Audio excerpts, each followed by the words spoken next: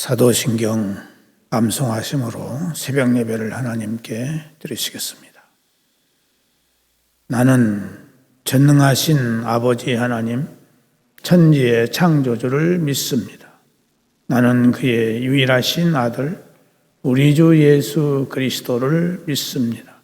그는 성령으로 잉태되어 동정녀 마리아에게서 나시고 본디오 빌라도에게 고난을 받아 십자가에 못 박혀 죽으시고 장사된 지 사흘 만에 죽은 자 가운데서 다시 살아나셨으며 하늘에 오르시어 전능하신 아버지 하나님 우편에 앉아 계시다가 거기로부터 살아있는 자와 죽은 자를 심판하러 오십니다. 나는 성령을 믿으며 거룩한 공교회와 성도의 교제와 죄를 용서받는 것과 몸의 부활과 영생을 믿습니다. 아멘. 찬송가 455장 찬송 부르시겠습니다.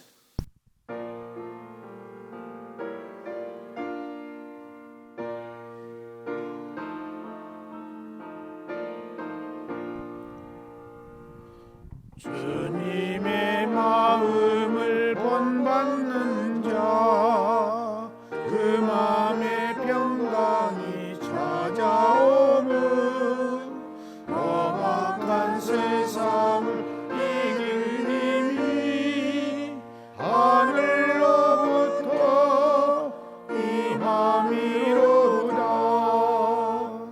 주님의 마음 본받아 살면서 그 거룩하신 나도 이루리. 주 모습 내 눈에 안 보이며 그 음성 내 귀에 안 들려도 내 영혼 날마다 주를 만나 신령한 말씀을 배우도다. 주님의 마음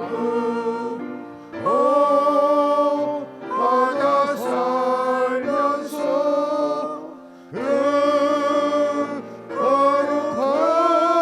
거룩하신 나도 이루리. 가는 길 거칠고 험하여도 내 맘에 불평이 없어짐은 십자가 고난을 이겨내신 주님의 마음 본받으리라. 주님의 마음 본받아 살면서 그 거룩하신 나도 이루리. 주 예수 세상에 다시 오실 그날의 무성도 명하여 주님의 빛나는 그 영상을 다 함께 보며 주 찬양하리. 주님의 마음 본받아 살면서 그 거룩하신 나도 이루리.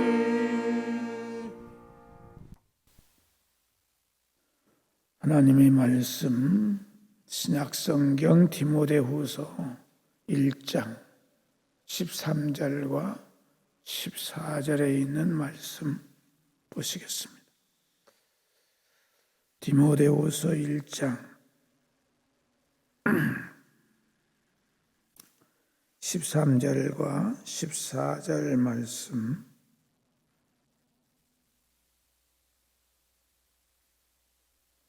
다 같이 함께 13절, 14절 봉독하시겠습니다. 시작. 너는 그리스도 예수 안에 있는 믿음과 사랑으로서 내게 들은 바 바른 말을 본받아 지키고 우리 안에 거하시는 성령으로 말미암아 내게 부탁한 아름다운 것을 지키라. 아멘. 창세기 1장 1절 말씀을 보면은 태초에 하나님이 천지를 창조하시니라 라고 말씀하고 있습니다. 또 3절 말씀을 보면은 하나님이 가라사대 빛이 있으라 하심에 빛이 있었고 그 빛이 하나님 보시기에 좋았더라 이렇게 말씀하고 있습니다.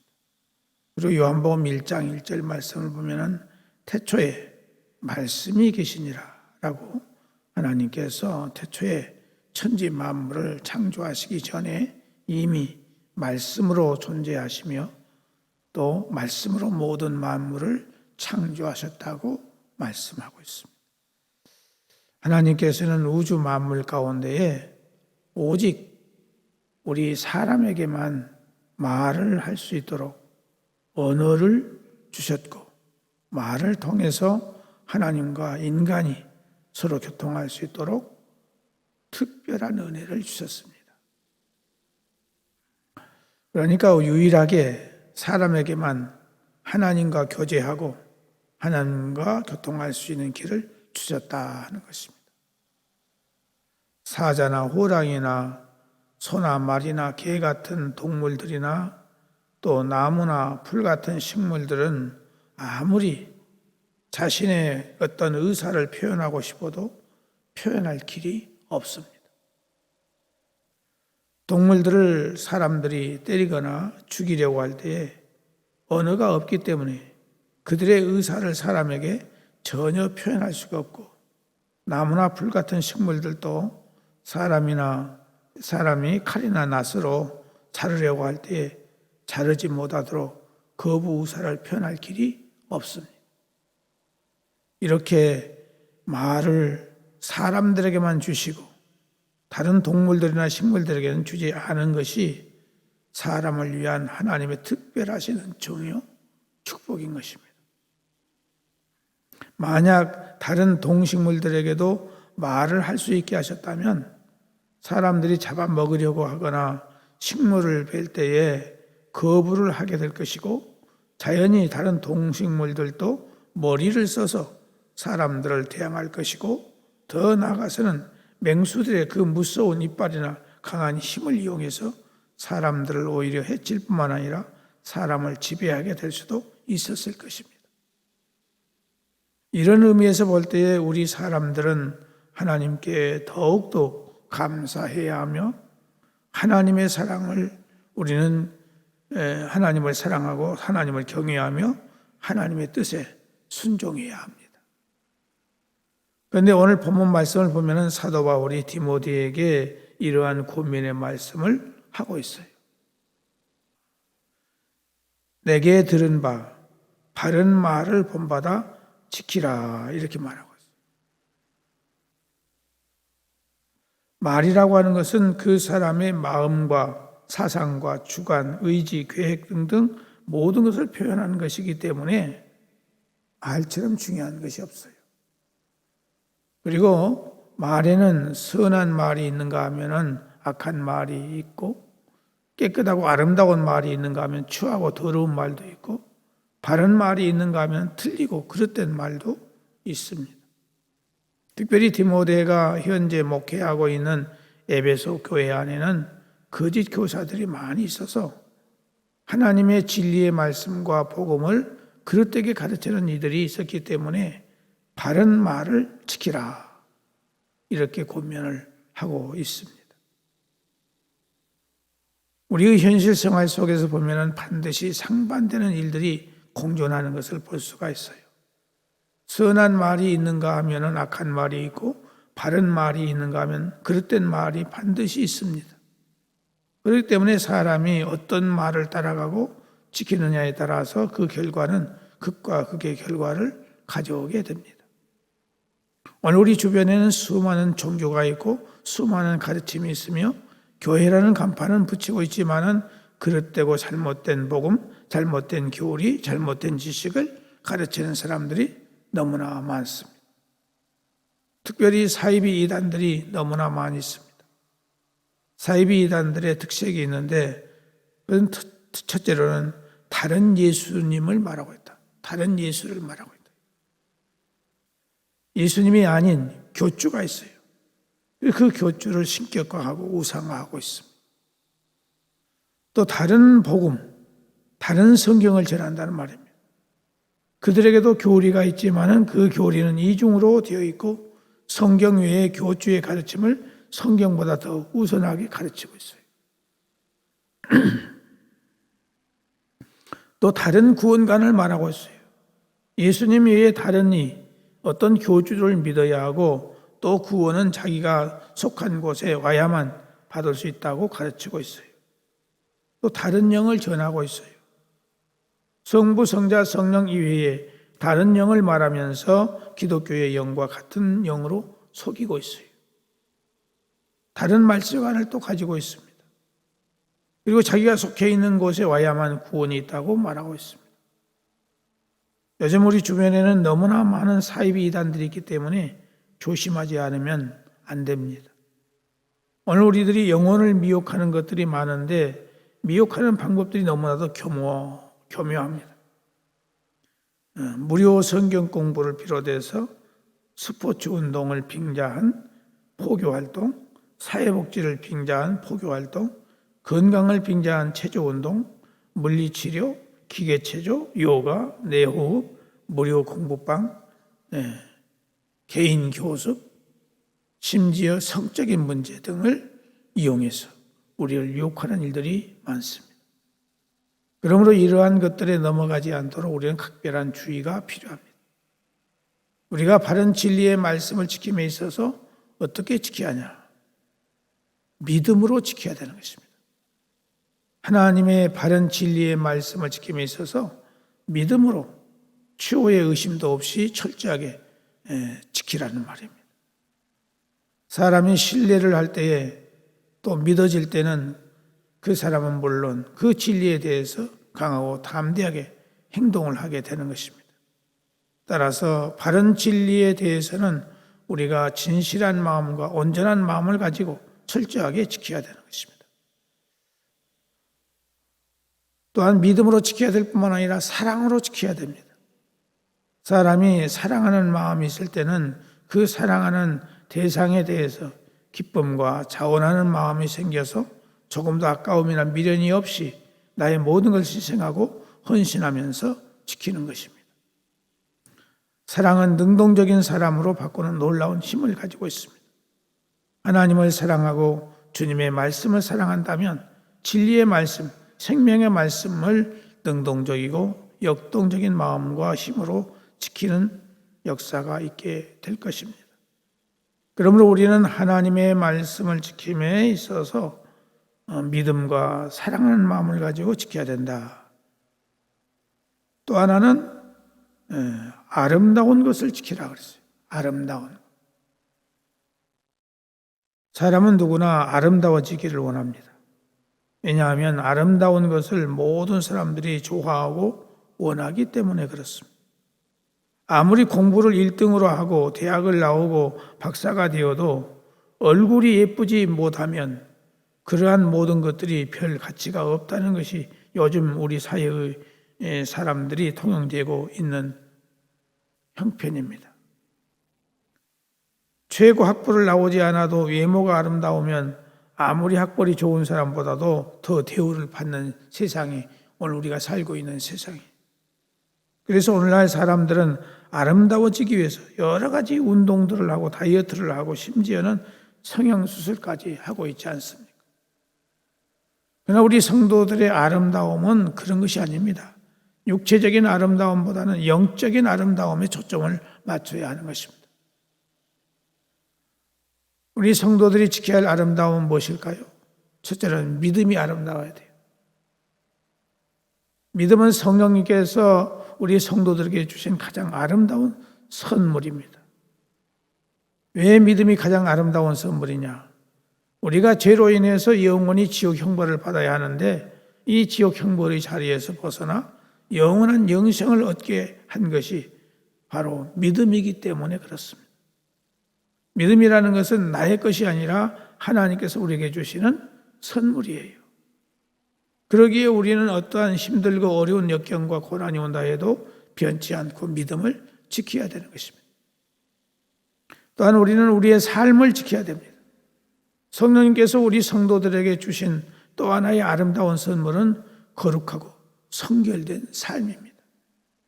우리 인간의 힘으로는 어떤 사람도 거룩해질 수가 없고 성결된 삶을 살 수 없습니다. 오직 성령님께서 우리에게 주신 선물입니다. 성령님께서는 우리에게 그리스도를 믿는 믿음 안에서 죄를 이기고 하나님의 뜻을 순종할 수 있는 능력을 주셨습니다. 따라서 우리가 거룩하고 성결된 삶을 살려면 성령님의 도움을 의지해야 됩니다.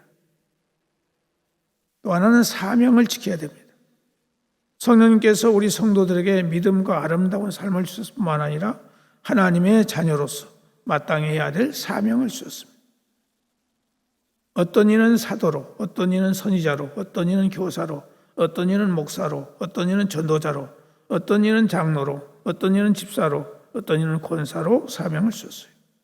따라서 사명을 받은 자는 아무리 힘들고 어려울지라도 반드시 사명을 감당해야 합니다.